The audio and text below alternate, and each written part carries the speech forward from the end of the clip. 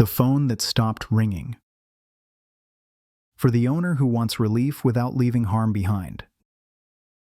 John kept his phone face down at dinner, not because he was rude, because he was afraid. Every buzz might be a leak, a complaint, a threat to his evening. He used to feel proud of owning property. Now it felt like being tethered to a constant low-grade emergency. He had started as a good landlord. He remembered the first tenant, a young couple who thanked him for fixing things quickly. He liked being reliable. But years passed, and reliability turned into a trap. The texts came more often. The repairs got bigger. The guilt got heavier. He never fully relaxed. People told him, "That's the business."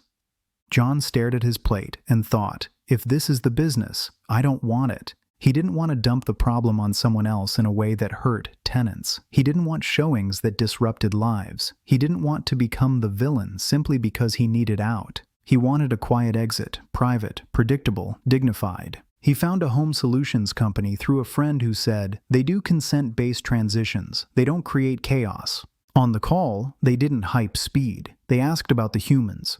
What do you need this to protect? They asked. My sanity, John admitted, then quieter, and their stability.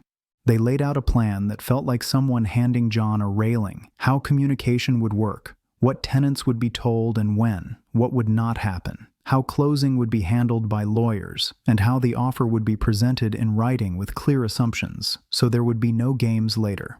The process was boring in the best way. No drama, no surprise demands, no emotional bargaining. And then, one evening, John realized something. The phone on the table hadn't buzzed, and his body hadn't flinched. Relief isn't fireworks. It's silence where panic used to live.